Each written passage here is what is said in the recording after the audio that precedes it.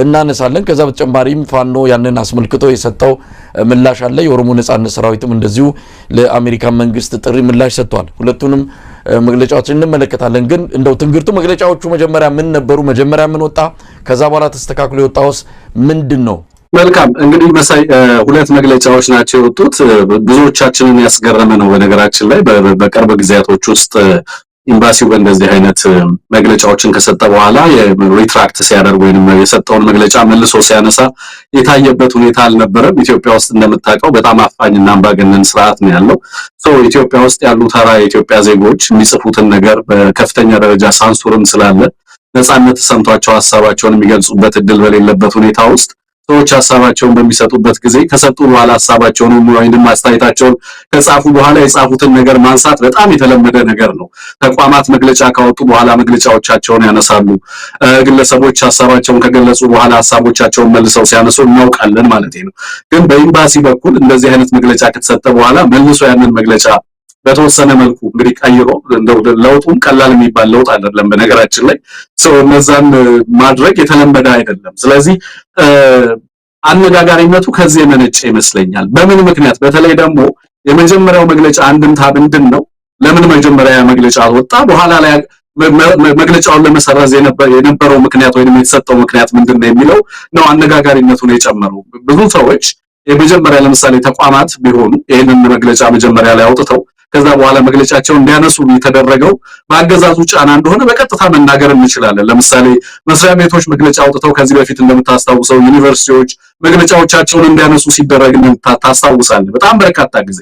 ግን ኤምባሲ እንደዚህ ሲያደርግ ያውም የአሜሪካን ኤምባሲ በቀጠናው በሀገሪቱ ጉዳዮች ላይ በጣም ከፍተኛ ሰይ ያለው በጣም ከፍተኛ ድምጽ ያለው አንዴ መግለጫ ከሰጠ በኋላ ይሄንን መግለጫ እንዲቀይር ወይንም እንዲያሻሽል አድርጎ እንዲወጣ ማድረጉ አይ ቲንክ ኤምባሲው በተጨማሪ መግለጫና ማብራሪያ ይሰጥበታል ብዬ አስባለሁ። ግን ብዙዎቻችን እንድንገረም ያደረገው እሱ ነው። ለምንድን ነው መግለጫውን መቀየር ያስፈልገው የሚለውን ነገር እንድናነሳ አድርጎናል። ግን መግለጫው አንድምታው ምንድነው? የመጀመሪያውና ሁለተኛው መግለጫው ምንድነው ልዩነቱ የሚለውን ነገር አይ ቲንክ ለሰው ማንሳት ያስፈልጋል። አጠቃላይ መግለጫው ጠቃሚነትና የተሰጠበትን አውድ ራሱ ማየት ተገቢ ነው ብዬ ነው የማስበው።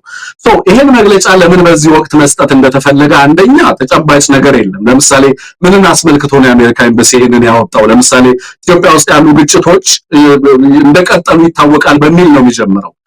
ኢትዮጵያ ውስጥ ያሉ ግጭቶች ሌላ ዓመትን እያስቆጠሩ እየሄዱ እያደረሰ ያለውን ሰብአዊ ጉዳትና በህዝብ ላይ እያደረሰ በሀገር ላይ እያደረሰ ያለውን ጉዳት ታሳቢ አድርገን ነው ይሄንን መግለጫ እንድናወጣ የገፋፋን የሚል አይነት ምክንያት ሰጥቶ ይጀምርና ግን በኋላ ላይ የሚያነሳቸው ነገሮች አሁን ሀገሪቱ ውስጥ ካሉ ተጨባጭ ሁኔታዎች ጋር በቀጥታ የሚገናኝ ነገር ሆኖ አታገኘውም። ስለዚህ በአንድም በሌላ መልኩ መግለጫው ስለ ጦርነቱ መሰጠት የተፈለገ መግለጫ እንደሆነ ትገነዘባለህ።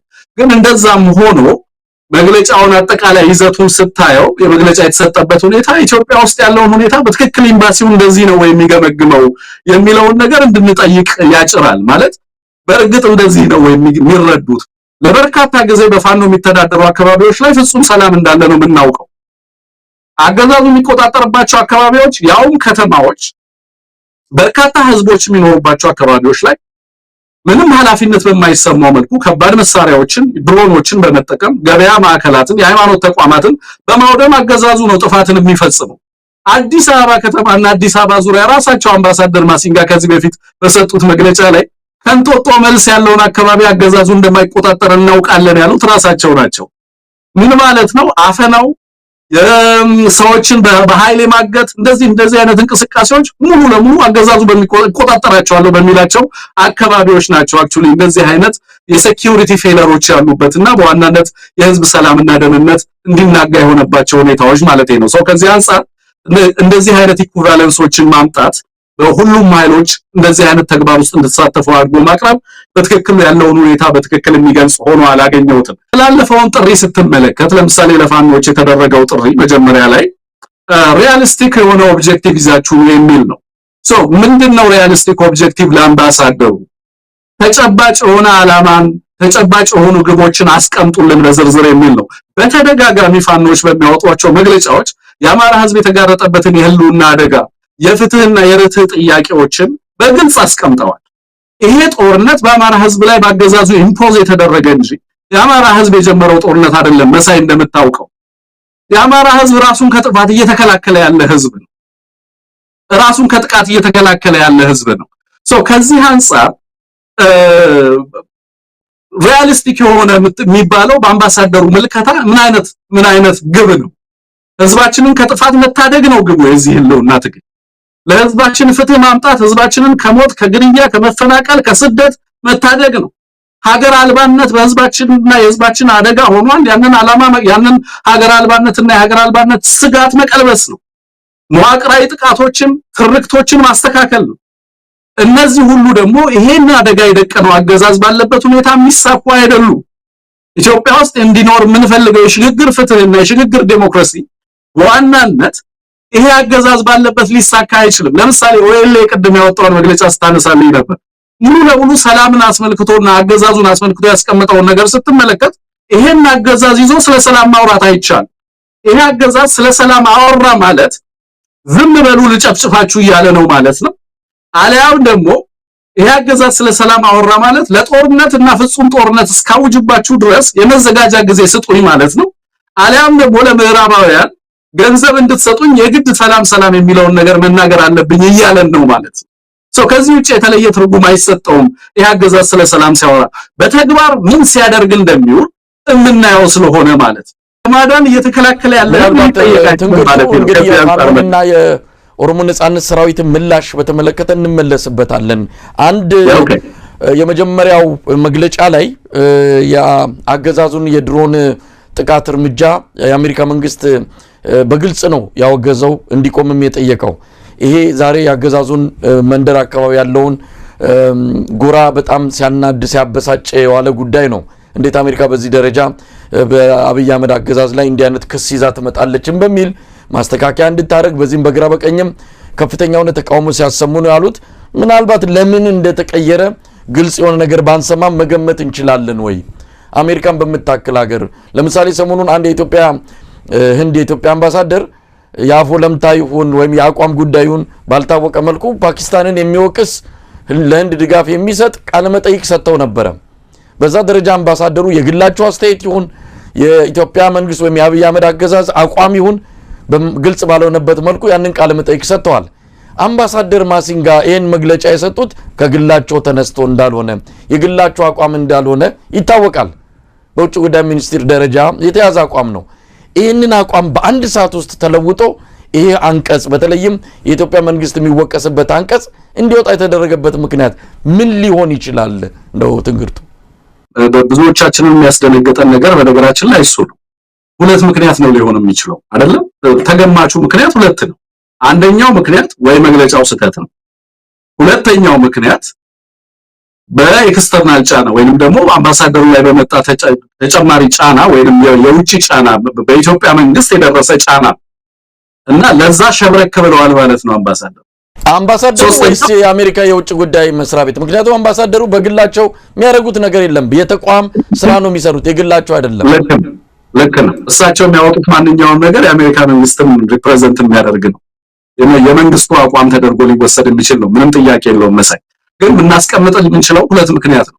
ሶስተኛው ምክንያት አካውንታችን ተጠለፈ የሚል ነው ከሆነ ማለት ነው። ከዛ ውጪ ሌላ ምክንያት ልንሰጠው አንችልም። የመጀመሪያውን ምክንያት እንውሰድ። የመጀመሪያው ምክንያት የተሳሳተ ነው። የመጀመሪያ ላይ የወጣው መግለጫ ይሄ አገዛዝ በራሱ ህዝብ ላይ የሚያደርሰውን የድሮን ጥቃት በአስቸኳይ እንዲያቆም የሚል መግለጫ ነው። ይሄ የአምባሳደሩ እና የአሜሪካ መንግስት ብቻ ሳይሆን በርካታ የሰብአዊ መብት ተቋማት አስቀድመው በተደጋጋሚ የኢትዮጵያ ሰብአዊ መብት ኮሚሽንን ጭምር ያረጋገጣቸው በርካታ ሪፖርቶች ወጥተዋል መሳይ። ስለዚህ አምባሳደሩም ሆነ ኤምባሲው ይሄንን በደንብ ጀስቲፋይ ሊያደርግ ይችላል። ለምሳሌ መንግስት ጫና ቢመጣበት ካገዛዙ የመጣ ጫና ቢመጣ እነዚህ ኤቪደንሶች በመስጠት እንደዚህ አይነት መረጃዎች ስላሉ በአስቸኳይ እንድታቆሙት ብለው ሊገልጹ የሚችሉበት እድል አላቸው ማለት ነው። ሁለተኛ የሚወክሉት መንግስትና ሀገር ከዚህ በፊት በእንደዚህ አይነት ሁኔታ የሚታወቅ አይደለም። የሚወክሉት መንግስት አንዌቨሪንግ የሆነ አቋም ያለው በሚያወጣቸው መግለጫዎች ሙሉ ኃላፊነትን የሚወስድ ለሚቀርቡበት ትችቶች ምላሽ በመስጠት የሚታወቅ ተጨማሪ ማብራሪያ ቢያስፈልግ ማብራሪያዎችን በመስጠት አቅም ያለው ድፍረቱ ያለው ይሄ አቅም ያለው ነው መሰለኝ። ይሄ ፕሮቴክሽን ያለው ይሄ አቅም ያለው አካል እንደዚህ አይነት መግለጫዎችን ካወጣ በኋላ መግለጫውን መልሶ ሪቨርስ አድርጎ ሪትራክት አድርጎ ሌላ ጀነሪክ የሆነ ሁኔታውን በጥቅል የማያሳይ ስፔሲፊካሊ ያለውን ሁኔታ በትክክል የማያሳይ መጀመሪያ የተነገረውን ነገር በአንድም በሌላ መልኩ አገዛዙ ላይ በቀጥታ ትችት ያቀረበውን ሐሳብ እውነትም የሆነ የኢትዮጵያን ሕዝብ ተጨባጭ ስጋት ያጋሩበትን መግለጫ ቀይረው ሌላ ሁሉንም ኃይሎች በአንድ ጊዜ የሚያጭቅ አይነት ስቴትመንት ነው ኢሹ ያደረጉት። ይሄ ስቴትመንት ምን ማለት ነው? አንደኛ መጀመሪያ የወጣው መግለጫ ትክክል አይደለም፣ ድሮን እየተጠቀመ አይደለም ወይ አገዛዙ ማለት ነው ወይ? ሁለተኛ መጠቀሙ አግባብ ነው ማለት ነው ወይ? ለምን ተነሳ ያ መግለጫ? ስለዚህ ተጨማሪ ማብራሪያ ይሰጡበታል ብዬ ተስፋ አደርጋለሁ። ምክንያቱም በጣም መጥፎ ፕሬሲደንት ነው የሚተው።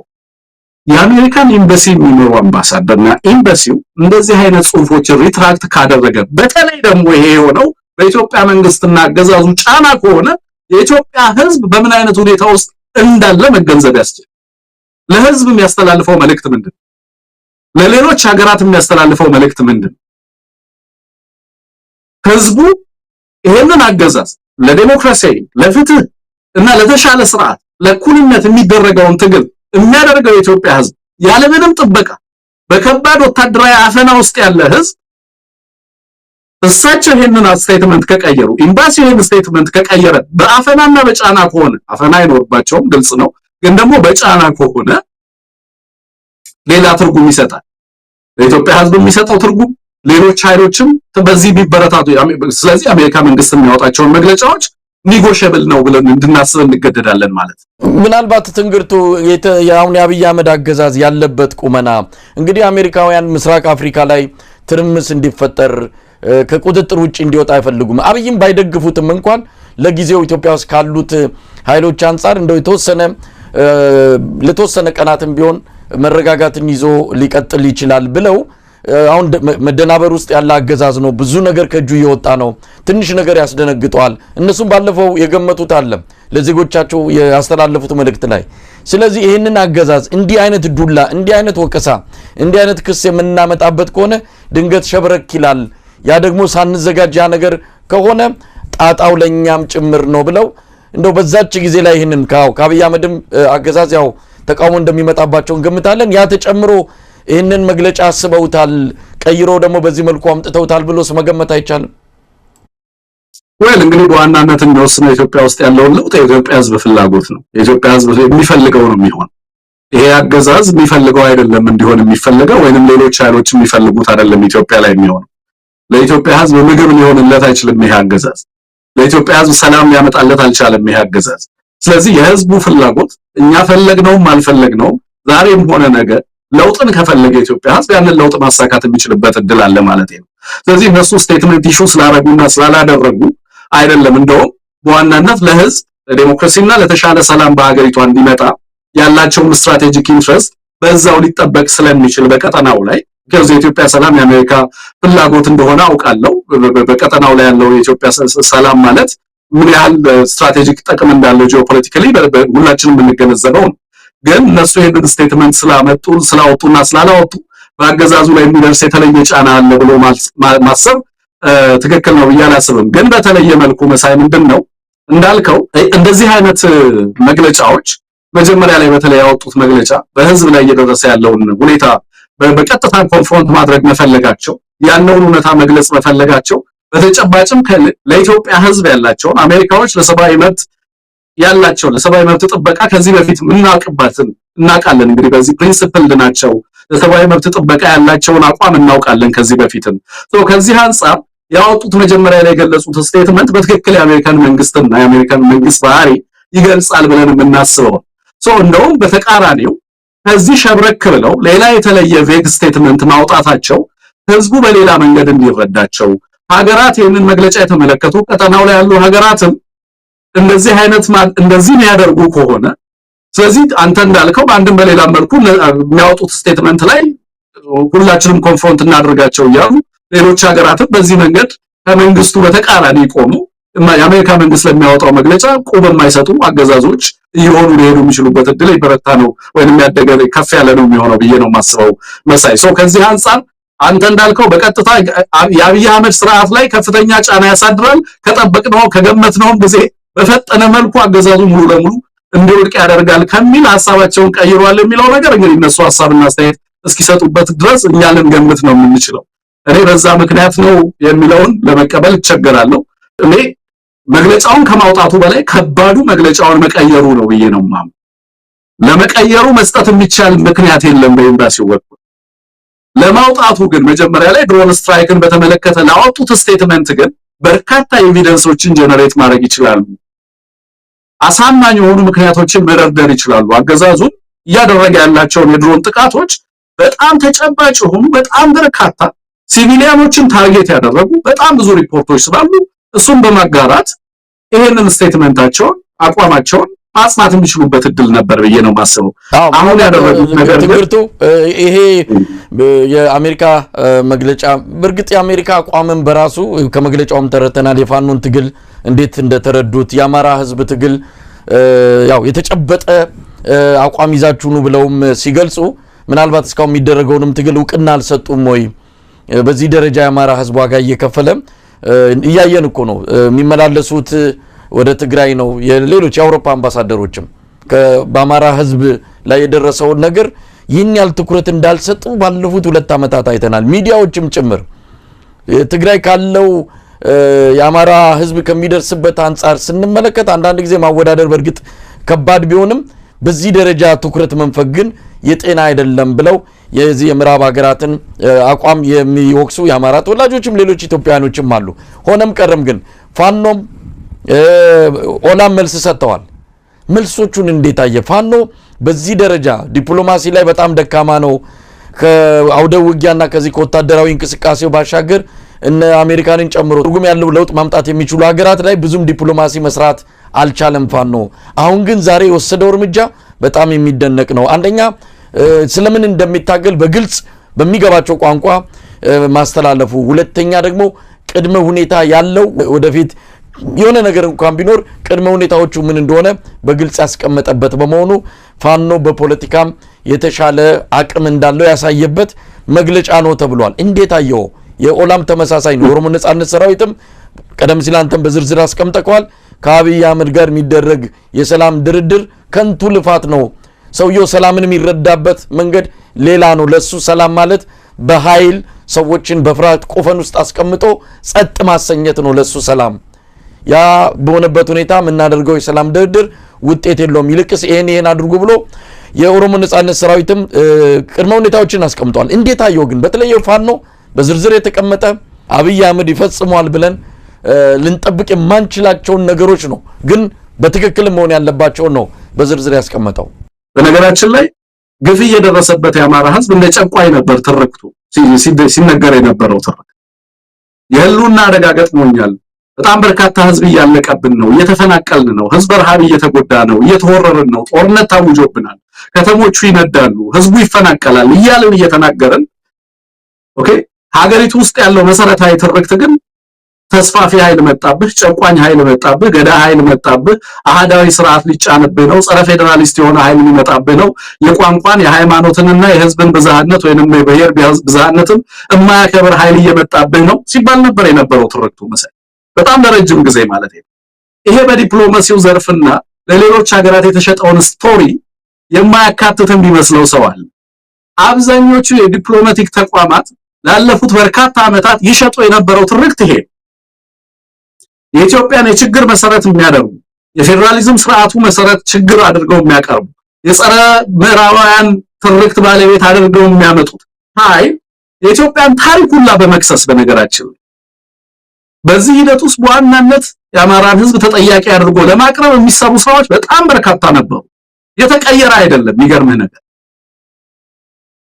በተወሰነ መልኩ ይሄንን የትርክት የተዛባ ትርክት በተለይ በዲፕሎማቲክ ኮሚኒቲው በኩል ለመቀየር ጥረት የሚደረግባቸው እድሎች ነበሩ፣ የባከኑ እድሎች አሉ። ከዛ በኋላ በተቀናጀ መንገድ ይሄንን ለመስራት የተሰራ ስራ ትልቅ ነው ብሎ መናገር አይቻልም። የአማራን ፖለቲካ ላለፉት 30 እና 40 ዓመታት ተሰብረው አማራ ራሱን ፖለቲካሊ እንዳያደራጅ በማድረግ እንደዚህ አይነት ትርክቶችን ለመቀየር የሚያስችል እድል እንዳይፈጠር አድርገዋል። እነዚህ ትግሎች እና ይሄ ትግል እየፈጠረ ያለው የትርክት ለውጥ ግን አለ። ለምሳሌ አምባሳደሩ ራሳቸው ኢሹ ባደረጉት ስቴትመንት የዛሬ 7 ወር 8 ወር አካባቢ ይመስለኛል በዛው ስቴትመንታቸው ራሱን ፋኖ ያለ የሚጠራው ኃይል ብለው ነበር መግለጫ ሲሰጡ የነበረው የምታስታውስ ከሆነ ኦኤልኤን ጀነራስሊ ነበር አድሬስ ያደረጉ። ፋኖን በተመለከተና የአማራን ህዝብ ትግል በተመለከተ ደግሞ ራሱን ፋኖ ያለ የሚጠራው ብለው ኢቭን ፋኖ ብሎ መጥራት ፖለቲካሊ አዋጭ እንዳልሆነ የዲፕሎማታዊ ቋንቋ እንዳልሆነ ለውጡ ምንድነው? አሁን ፋኖ የተደራጀ ፖለቲካና ወታደራዊ ኃይል ሆኖ መጣ። በቀጠናው ላይ ከፍተኛ ፖለቲካ ኃይል ሆኖ መጥቷል። ኢትዮጵያ ውስጥ በምንም አይነት መልኩ ለምሳሌ እሳቸው ዛሬ ባወጡትን መግለጫ ሰስተነብል የሆነ ሰላም ዘላቂ የሆነ ሰላም ኢትዮጵያ ውስጥ ከነዚህ ኃይሎች ውጪ ሊታሰብ እንደማይችል ስላመኑ ነው እነዚህን ኃይሎች አድሬስ ያደረጉት። ሰላሙ ከተፈለገ ይሄ አገዛዝ ሰላምን ማረጋገጥ ከቻለ ለምን አያደርገው እስካሁን ድረስ? ሊያሳካው እንደማይችል ይታወቃል። ምክንያቱም ይሄ የህዝብ ትግል እነሱ የጽንፈኞች እያሉ የተለያየ ስም ሊሰጡት ቢሞክሩ አምባገነኖች ቃላትን ለራሳቸው ፍላጎት መጠቀም እንጂ የቃላትን ትርጉም ተፈጥሯዊ ትርጉማቸው አይደለም የሚጠቀሟቸው። ስለዚህ ለአብይ አህመድ ቃላት አብይ አህመድን እንዲያገለግሉ ነው የሚፈልገው። ስለዚህ ጽንፈኛ እያሉ የፍትህ ጥያቄ ህዝባዊ ጥያቄ የተለየ ትርጉም ሊሰጡት ይፈልጋሉ እንደምታውቀው ማለት ነው። ከዚህ አንፃር እንደዚህ አይነት ትርክቶች ረጅም ጊዜ ተንሰራፍተው ከመቆየታቸው አንፃር በምዕራባውያን በኩል የአማራን ህዝብ ጥያቄ የሚረዱበት መንገድ ለረጅም ጊዜ ተንሸዋረረ ነበር። ግን በህዝብ ትግልና ጥረት ነው እንደዚህ አይነት ነገር የሚቀየረው። እንዳልኩ አይ በቃኛን ይጠሉናል እየተባለ የሚደረግ ለቅሶ አለ። ብዙ ጊዜ የማልደግፈው ኦኬ፣ ይሄ ትርክት ውጤት ነው። ይሄን ትርክት ራሳችን በተሻለ ትርክት እንቀይረዋለን። ይሄንን የጻፉ ሌሎች ኃይሎች ናቸው ያሉት።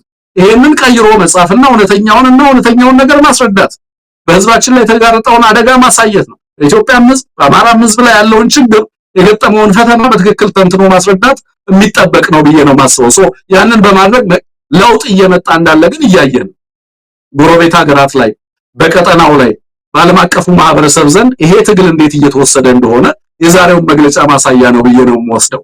አንድ እሱ ነው መሳይ።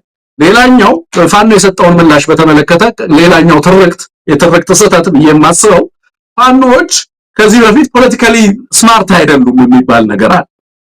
ስለዚህ ፋኖችን እንደ ሚሊታንት መቁጠር ወታደራዊ ኃይል አድርጎ ብቻ ማሰብና በውስጣቸው ከመተኮስ ውጪ ፖለቲካን የማይከውኑ ከመተኮስ ውጪ ዲፕሎማሲ ማያስጨንቃቸው አድርጎ መውሰድ አለ። ይሄም ያገዛዙ ትርክት ሰለባ የሆኑ ሰዎች የሚያንጸባርቁት ለረጅም ጊዜ ማለት ኢንፋክት አማራውን ራሱ ጎድቶታል። በነገራችን ላይ ለምሳሌ መሪ የለንም የሚል አስተሳሰብ፣ ምሁራን የሉንም የአማራ ምሁራን እንደዚህ ናቸው የሚል አስተሳሰብ፣ አማራ እኮ ፖለቲካ የለውም የሚል አስተሳሰብ፣ ስትራቴጂካሊ ምዕራባውያን ይጠሉናል፣ እንደዚህ አይነት አስተሳሰቦች በፍጹም የአማራን ህዝብ ሪያሊቲ ከግንዛቤ ውስጥ ያስገቡ አይደሉም።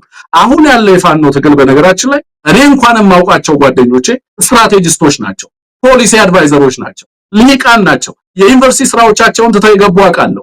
ከውጭ ሀገር ሄደው ፋኖን የተቀላቀሉ ሳይንቲስቶች አውቃለሁ፣ ምሁራን አውቃለሁ። ፖለቲካን በሚገባ ቢተነትኑ ጂኦፖለቲክስን በሚገባ የሚረዱ ኃይሎች ናቸው ማለት ነው። ግን የመጣንበትን ሂደት ተመልከተው መሳይ በ2 ዓመት ውስጥ ከዲስኦርጋናይዝድ የህዝብ አመጽ ወደ ተደራጀ ኦርጋናይዝድ የፖለቲካና ወታደራዊ ተቋም መምጣት ቀላል ሂደት አይደለም። ሌሎች 15 16 17 ዓመት ወስዶባቸዋል። ድርጅት ማቋቋም ቀላል አይደለም። ያው ለበርካታ ዓመታት ትርክት ሲሰራበት ፕሮቪንሻሊዝም እንዲስፋፋ ሲደረግበት የነበረ ሰው ራሱን እንደ አማራ እንዳይቆጥር አንዳንዴ እንዲክድ ምሁራኖቹ አማራ የለም እያሉ እንዲጽፉ ራሱን ልሂቁ ራሱን እንዲክድ ሲደረግ የነበረበት ሁኔታ ነበር የነበረው። ከዛ ባሻገር አነስ ሲል ደግሞ ራሱን በአካባቢያዊነት እንዲጠራ የሜዲቫል ፖለቲካ ሰለባ እንዲሆን ህዝባችን የመካከለኛው ዘመን ፖለቲካ ሰለባ እንዲሆን ራሱን በአማራነት የገጠመውን ፈተና በአማራነት እንዳይቀለብስ እንዳይደራጅ ሲደረግ የነበረው ትርክት ቀላል አልነበረም ማለት ነው። እሱ ታልፎ አሁን ወጥ የሆነ የፖለቲካ አደረጃጀት ይዘን የመጣንበት ወታደራዊ አደረጃጀት ይዞ የመጣበት ሁኔታ ነው ያለ የአማራ ህዝብ። እኔ በታሪኩ ትልቅ ከፍተኛ አቺቭመንት እንደሆነ ነው የምገልጸው። ባለፈው በዛ መንገድ ነው ያስቀመጥኩት። ያ ሁሉ ፈጣን ምላሽ ምንድነው ለየት ያደርገው ካልከኝ አሁን አማራ የሚናገርለት ድርጅትን ማቋቋም ስለቻለ ወታደራዊ ተቋም አቋቁመናል። አሁን ትንግርቱ አይደለም መጥቶ ይሄንን የሚናገርልን ይልቃል ወር ሰንበዲ ወይንም ሌሎች ሰዎችን ወይ አማራ አድቮኬቶች፣ ፖለቲከኞች፣ የማህበራዊ አንቂዎች ምናምን አይደሉም አሁን መጥተው የሚናገሩት። ይሄንን ህዝብ ተመለከተ ይሄን ህዝብ ፍላጎቱን የሚናገርበት ህዝቡንም የሚያስተባብርና የህዝቡን ፍላጎት የሚናገርለት ተቋም ፈጥረናል። ስለዚህ ይሄ ተቋም ከዚህ በኋላ ምላሽ እንደሚሰጥ እንጠብቃለን ማለት ነው። በመንፈልገው ፍጥነት ምላሽ ይሰጣል። ኦኬ። ስለዚህ ዛሬ ይሄ መግለጫ ወጣ። እያንዳንዱ አማራ ፋኖ የሚሰጠውን መግለጫ ይጠብቅ ነበር። ስለዚህ መግለጫውን በፍጥነት መስጠት ችሏል ማለት ነው። የመግለጫውን ይዘት ስትመለከት ደግሞ ከዚህ በፊት ይሰጡ የነበሩ መግለጫ አይነቶች ነበሩ። ለምን ወጥነት ያለው አደረጃጀት መፍጠር ስላልተቻለ በርካታ ኃይሎች የየግል ፍላጎታቸውን ወይንም የየአካባቢ ፍላጎታቸውን በአንድም በሌላ መልኩ በገባቸው ልክ ትግሉን እና ለትግሉ ፍላጎት ምላሽ የሚሰጡበት መግለጫ የሚሰጡበት ሂደት ነበር። የመግለጫዎቹ ብዛትም ብዙ ነበር በጣም። ምክንያቱም ሴንትራላይዝድ ይሆን አልነበረም ኮማንዱ። እንደምታውቀው ጦርነት ያለ ሴንትራላይዝድ ኮማንድ ሊመራ አይችልም። በተለይ ደግሞ በጦርነት ወቅት የሚደረግ ኮሙኒኬሽን። ከዚህ አንፃር አሁን ላይ የመጣው መግለጫ በትክክል ህዝቡን የሚመጥን በትክክል የተጋረጠበትን አደጋ የሚመጥን። በነገራችን ላይ መሳይ ይሄንንም መግለጫ ተንተርሰው ይሄን መግለጫ ይዘው የአማራ ፋኖን በተለይ ብሔራዊ ኃይሉን ለማጥቃት የሚሰለፉ ኃይሎች እንዳሉ አውቃለሁ። ግን መግለጫ ያነሳቸው 8 መሰረታዊ ነጥቦችና ከመሰረታዊ ነጥቦቹ በፊት ላይ ያስቀመጧቸው በተለይ ደግሞ ኢትዮጵያ ውስጥ ያለውን ዘላቂ ሰላም አስመልክተው ያስቀመጡት ክሪቲካል ነጥብ መታየት አለበት። ያ ክሪቲካል ነጥብ ኦኤልኤ ካወጣው ጋር ተመሳሳይነት አለ። ተናበዋል አልችልም፣ ግን ያገዛዙን ባህሪ በተመለከተ ግልጽ የሆነ እንትን እንዳለ ትረዳለህ። ምንድነው የሚለው መግለጫው? ኢትዮጵያ ውስጥ ዘላቂ ሰላምን እና የተሻለ ስርዓት ኢትዮጵያ ውስጥ እንዲኖር ህዝባችንም የገጠመውን ፈተና በተለይ የህልውና አደጋውን ለመቀልበስ የሚያስችለን የተሻለ ፖለቲካል ፍሬምወርክ ሲኖር ነው፣ ወይንም ደግሞ የፖለቲካ መዋቅር የትራንዚሽናል ፖለቲካል መዋቅር ሲኖር ነው። የሽግግር ፖለቲካዊ መዋቅር በሌለበት ሁኔታ ዘላቂ ሰላም ሊመጣ አይችልም ብሎ ነው የሚነሳው መግለጫው። ምን ማለት ነው? ይሄ አገዛዝና የዚህ አገዛዝ መዋቅር ባለበት ሁኔታ ትርክቱ፣ ህጉ፣ መዋቅራዊ ጥቃቱ ይሄ ሁሉ ነገር ባለበት ሁኔታ ጦርነትንና ቫዮለንስን ብቻ በየዕለቱ ፕሮዲዩስ የሚያደርግ አገዛዝ ባለበት ሁኔታ ኢትዮጵያ ዘላቂ ሰላምን ማረጋገጥ የሚቻልበት ሁኔታ የለም። ኢትዮጵያ እንደ ሀገር መቀጠል የምትችልበት እድልና ዋስትና ያለው ዘላቂ የሆነ ሰላም የሚረጋገጠው የተሻለ የሽግግር ፖለቲካዊ ፍሬምወርክ ወይንም ረቂቅ ሲኖር ነው። ያንን ማሳካት ካልቻል እርሶ ያሉትን እና እርሶ የሚመኙትን ዘላቂ ሰላም በኢትዮጵያ ማረጋገጥ አንችልም። ይሄ ምን ማለት ነው? ይሄ አገዛዝ ባለበት ሁኔታ፣ ይሄ የጥቃት መዋቅር ባለበት ሁኔታ፣ ይሄ የኢትዮጵያን ሕዝብ እጅግ በጠላትነት የፈረጀ አሰራርና አገዛዝ እና አስተሳሰብ ባለበት ሁኔታ ሀገሪቱ ውስጥ ሰላምና ደህንነት ሊረጋገጥ ዘላቂ ሰላምና የተሻለ የፖለቲካ ፍሬምወርክ ሊኖር የሚችልበት እድል የለም ብሎ ነው የሚነሳው። ከዛ በኋላ ደግሞ ወደ ድርድር ውስጥ ለመግባት ለመነጋገር ለመነጋገር ማለት ምን ማለት? በፖለቲካ ጽንሰ ሐሳብ እና ጦርነት የሚያደርጉ ኃይሎች በሁለት ምክንያት ጦርነት ያደርጋሉ። ኦቨርዌልሚንግ ፓወር ባላቸው ጊዜ ጦርነቱን ጥያቄዎቻቸው ሊመለስ የሚችልበትን እድል እንዲፈጥርላቸው ያስገድዳሉ። ምክንያቱም ኢትዮጵያ ውስጥ የፖለቲካል ፋንክሽናል የሆነ ፖለቲካ የለም፣ የሚሰራ ፖለቲካ የለም። የሚሰራ ፖለቲካ በሌለበትና ህዝብ ለህልውና አደጋ በተጋረጠበት ሁኔታ ራሱን ከመከላከል ውጭ ምንም እድል የለውም። ይሄንን ለማድረግ እና ይሄንን ለማሳካት የሚያስችለውን ትግልና የትግል አቅጣጫ ከመረጠ በኋላ በዚህም እያደረክ ያለውን ውጤት ለማሳካት የምታደርገው እንቅስቃሴ አለ። በሌላ አማራጭ ደግሞ የዓለም አቀፍ ዲፕሎማቲክ ኢንስትሩመንቶችን በመጠቀም ጥያቄዎችን ለማስመለስ ፍላጎቶችን ለማሳካት ጥረት ታደርጋለህ። ስለዚህ ከዚህ አንፃር የምትሰጣቸው ምላሾች ፖለቲካል መሆን አለባቸው። የዲፕሎማቲክ ማህበረሰቡንና ዓለም አቀፍ አሰራሮችን ታሳቢ ያደረጉ ምላሾች መሰጠት አለባቸው። ያ ምላሽ ነው የተሰጠው አሁን።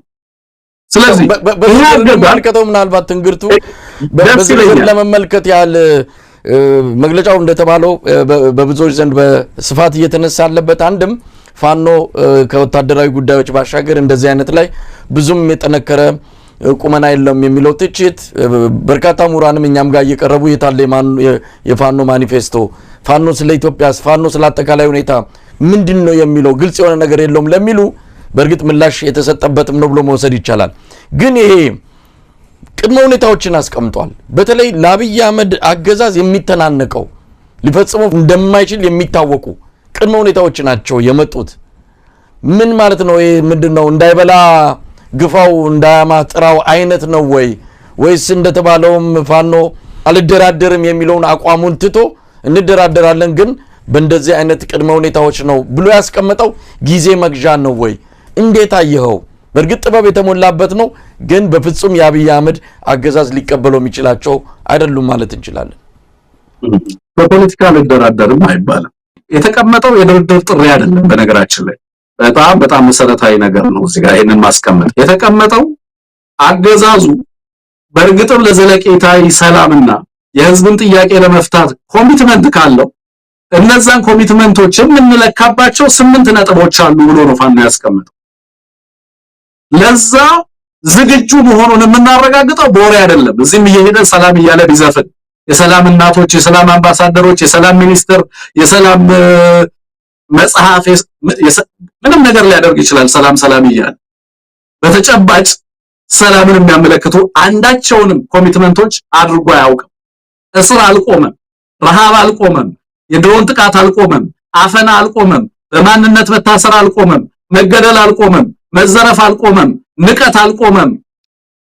ይሄ ሁሉ ሁኔታ ባለበት ሁኔታ ውስጥ አንዳች ተጨባጭ ኮሚትመንት ሳታደርግ ሰላም እያልክ ብትዘፍንና ዘፈን ብታሰራ ማን ይሰማል? ምክንያቱም ፖለቲካሊ የምታደርጋቸውን ፖለቲካል አክሽኖች ነው የምንቆጥረው 1 2 3 ብለን ማለት ነው። አምባሳደሩ ለጠየቁት ፋኖ የፖለቲካ